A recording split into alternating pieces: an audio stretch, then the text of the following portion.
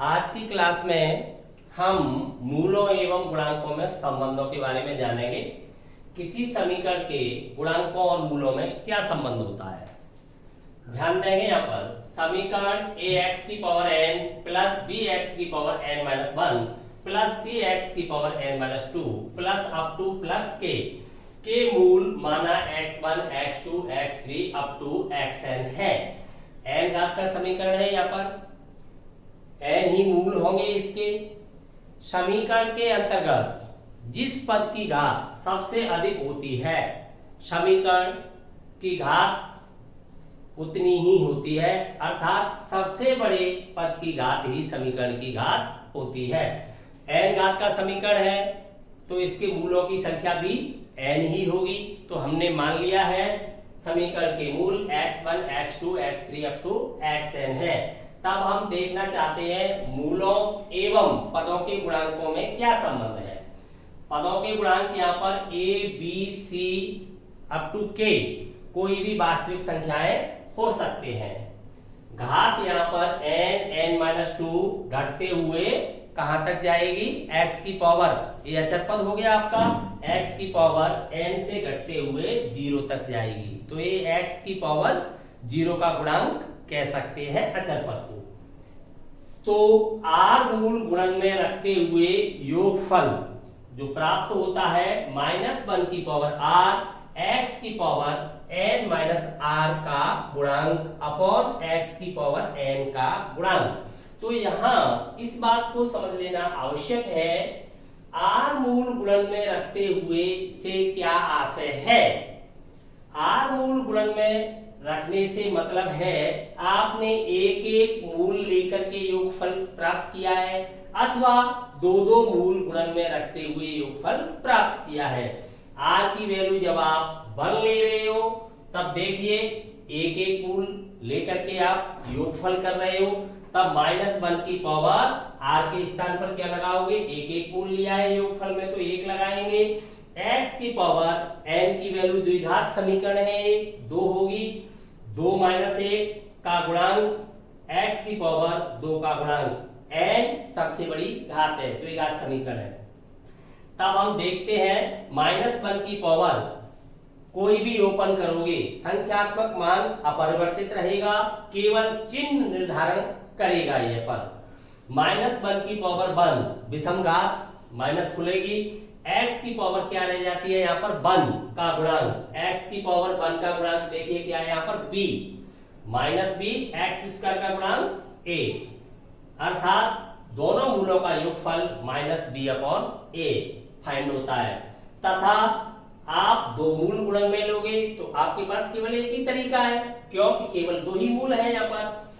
तो x1 x2 जिसे मूलों का गुणनफल कह सकते हो, तब आपने r की वैल्यू क्या ली है 2, दो मूल गुणन में लेते हुए r के स्थान पर 2 रखने पर n आपका 2 ऑलरेडी चल रहा है, -1 की पावर 2 कैसा हो जाएगा चिन्ह धनात्मक, यहां पर x की पावर 0 अचर पद बन जाएगा। x की पावर 0 किसका गुणांक होता है, अचर पद का, तो ये क्या हो जाएगा आपका अचर पद। नीचे तो सेम फैक्टर चल रहा है, x की पावर 2 का गुणांक, तो क्या प्राप्त होगा c अपॉन a। इसका प्रयोग हम 3 घात के समीकरण के लिए करके भी देख सकते हैं। 3 घात का एक समीकरण है ax cube plus bx square plus cx plus d equal 0। इसके मूल x1 x2 and x3 मान लिए गए हैं। तो एक एक मूल योगफल में आप ले रहे हो तो r की वैल्यू 1, तो -1 की पावर 1, x की पावर n की वैल्यू जितनी घात का इक्वेशन है उतनी होगी, 3 माइनस 1 का गुणांक क्या हो जाएगा x स्क्वायर का गुणांक, यहाँ पर चिन्ह कैसा आ जाएगा ऋणात्मक, -b अपॉन a। इसी प्रकार से r की वैल्यू जब 2 ली जाएगी तब दो मूल गुणन में रखते हुए योगफल फाइंड करेंगे। तो देखिए इसके लिए सिस्टम ध्यान रखें साइक्लिक ऑर्डर में, इस प्रकार से एक ही क्रम में चक्रीय क्रम में 1 2 2 3 3 1, समझ में आया, 1 2 2 3 3 1, तो आप बिल्कुल भी भूलोगे नहीं। तो x1 x2 plus x2 x3 plus x3 x1 दो मूल गुणन में लेकर के योगफल करने का तरीका आप यहां से सुनिश्चित कर लें। तब r की वैल्यू क्या हो जाती है, 2 हो जाती है। समघात होने से चिन्ह कैसा आ जाएगा, पॉजिटिव। x की पावर 3 - 2, तब x रह जाएगा। x का गुणांक क्या है, c अपॉन x की पावर n का गुणांक, जो क्या है, a, सबसे बड़ी घात। इसी प्रकार से जब आप तीन मूल गुणन में लेकर के योगफल करोगे तो केवल एक ही तरीका रह जाएगा आपके पास, x1 x2 x3। तो इसे हम कह सकते हैं मूलों का, सभी मूलों का एक साथ गुणनफल। तब क्या प्राप्त होगा, r की वैल्यू क्या हो गई, आपने तीन मूल लिए हैं गुणन में, तो r की वैल्यू 3 हो गई। विषम क्या खुलेगा, नेगेटिव, x की पावर 3 - 3, तब 0 हो गया। r का मान है वो कभी भी n से अधिक नहीं हो सकता, परंतु एक एक कम होते हुए n तक पहुंच जाता है। तो एट लास्ट हमें क्या प्राप्त हो जाता है, अचर पद प्राप्त होता है। जो r की वैल्यू आपकी ली गई है वो क्या है, r की वैल्यू आपकी 1 से लेकर के n तक, एक एक मूल लोगे, दो मूल लोगे, या आप n मूल ले सकते हो।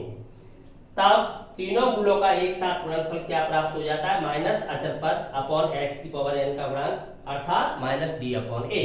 एक विशेषता यहाँ पर नोट कीजिए, आप अल्टरनेटली माइनस प्लस माइनस इस प्रकार से चल रहे हो, यहां पर भी आप माइनस प्लस, तो आप स्टार्ट कहां से होते हो, माइनस से, माइनस प्लस माइनस अल्टरनेटली चलोगे। क्यों, प्रथम पद r की वैल्यू सबसे पहले 1।